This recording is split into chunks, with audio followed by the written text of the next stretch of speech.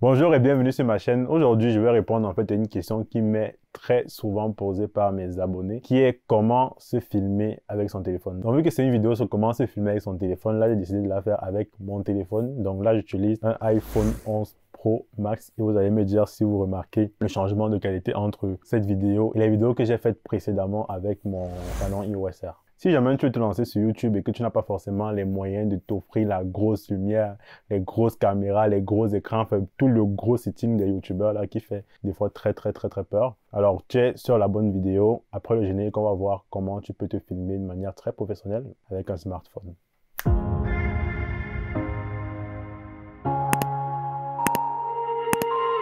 Aujourd'hui, avec la pandémie et le confinement qui sévit déjà depuis quelques mois, c'est vraiment le meilleur moment pour se lancer sur YouTube. Et l'un des freins que les gens ont justement avec le lancement sur YouTube, c'est qu'ils n'ont pas forcément assez d'argent pour se procurer une caméra ou un micro ou une grosse lumière et tout. Et beaucoup de gens me posent justement la question de savoir est-ce qu'ils peuvent se lancer sur YouTube juste en se filmant avec son téléphone. Et justement, dans cette vidéo, je donne quelques tips pour bien mettre à profit cette petite pépite que tu as sûrement dans ta poche. Le premier tips est d'avoir une lumière convenable. Et pour ça, tu as deux choix. Soit opter pour la lumière naturelle, qui est la lumière du soleil, qui est l'une des meilleures lumières qui soit. Et pour ça, tu peux soit filmer à l'extérieur quand il fait beau, ou alors filmer dans un coin de ta maison où tu auras vraiment la lumière qui rentre chez toi et qui est face à toi en fait. Ne surtout pas avoir la lumière derrière toi parce que tu seras en contre-jour et tu auras une image un peu noire quoi. L'avantage de la lumière du jour, comme je dis, c'est qu'elle est vraiment de très bonne qualité. Mais son désavantage, c'est que voilà, elle est très changeante. Donc tu peux peut-être commencer une vidéo là avec une lumière qui te va et puis 15 minutes plus tard, tu as peut-être un gros nuage qui passe et voilà, la lumière est déjà modifiée.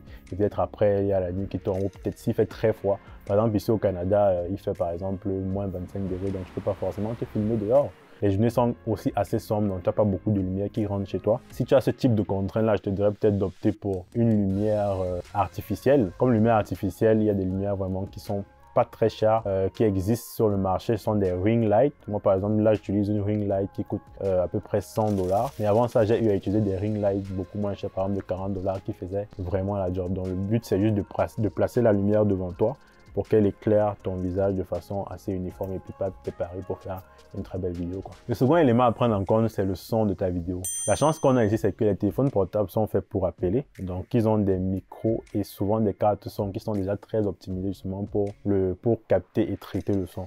Donc, si tu as un téléphone de nouvelle génération, je mettrai ma main à couper que son micro et sa carte son sont déjà de toute façon convenables pour faire une vidéo YouTube. Il faudrait juste t'assurer que tu sois vraiment à côté du téléphone quand tu parles pour que le téléphone puisse vraiment capter de façon optimale ta voix. Mais voilà, si tu veux pousser la qualité un peu plus haut, tu peux opter pour un micro-cravate par exemple, comme par exemple celui que j'utilise là. Les micro-cravates en général ne sont pas forcément moins chers, ils coûtent peut-être entre 30 et 40$ et ils peuvent t'offrir un son vraiment de très bonne qualité. En plus aussi au niveau du montage, des fois tu as l'option de pouvoir traiter le son. Par exemple, enlever le bruit en background pour vraiment optimiser la qualité de ton son. Donc, juste pour dire que voilà, pour avoir une très bonne qualité de son, il ne faut pas forcément avoir un matériel de qualité, mais juste connaître quelques tips pour pouvoir optimiser la prise de son et le traitement en post-production. Le troisième tip que je te donnerais, c'est vraiment de vérifier la stabilité de ton image. Je vois beaucoup de gens qui font des vidéos sur YouTube en essayant de te filmer comme ça avec la main et puis mettre le téléphone des fois à droite, des fois penché et tout. Et c'est vraiment très désagréable pour la personne qui te regarde. Moi, ce que je te propose, c'est d'avoir un petit trépied sur lequel tu vas poser ta caméra et puis tu vas juste te placer peut-être assis sur une chaise ou sur un canapé comme là je fais et tu vas pouvoir parler devant la caméra sans pour autant avoir à la tenir avec la main. Des fois, il y a des ring lights qui peuvent te jouer directement le rôle du trépied, comme la ring light que j'utilise là, qui a ma lumière et juste derrière la lumière, j'ai justement le trépied avec le petit support pour mon téléphone. Le quatrième type à vérifier, c'est vraiment le format requis pour le réseau social pour lequel tu fais ta vidéo. Par exemple, si tu fais la vidéo sur YouTube, il serait bien d'avoir ton téléphone en horizontal pour avoir un format 16:9 parce que c'est les requirements de YouTube. Et si tu fais ta vidéo sur Instagram, c'est vraiment recommandé d'avoir ton téléphone en vertical pour avoir ta vidéo en 9/16. Je vois beaucoup de gens sur YouTube qui font des vidéos croppées de part et d'autre parce qu'ils ont justement utilisé leur téléphone en vertical et ça ne matche pas justement avec les requirements de YouTube. Et donc des fois, il y a plein de noir ou plein de blanc sur la vidéo et c'est vraiment désagréable à regarder. Et oui, j'allais oublier ce type qui est vraiment très simple mais que beaucoup de personnes oublient. C'est vraiment très très simple. Il faut juste penser à nettoyer aussi la caméra de son téléphone lorsqu'on veut filmer. Des fois, tu vois des vidéos sur YouTube avec des images floues. C'est juste dû au fait que la caméra est toute sale quand on essaye de se filmer en fait. Donc, c'est même la première des choses à faire. Hein. N'oublie pas de nettoyer la caméra ou ton capteur avant de te filmer avec ton téléphone.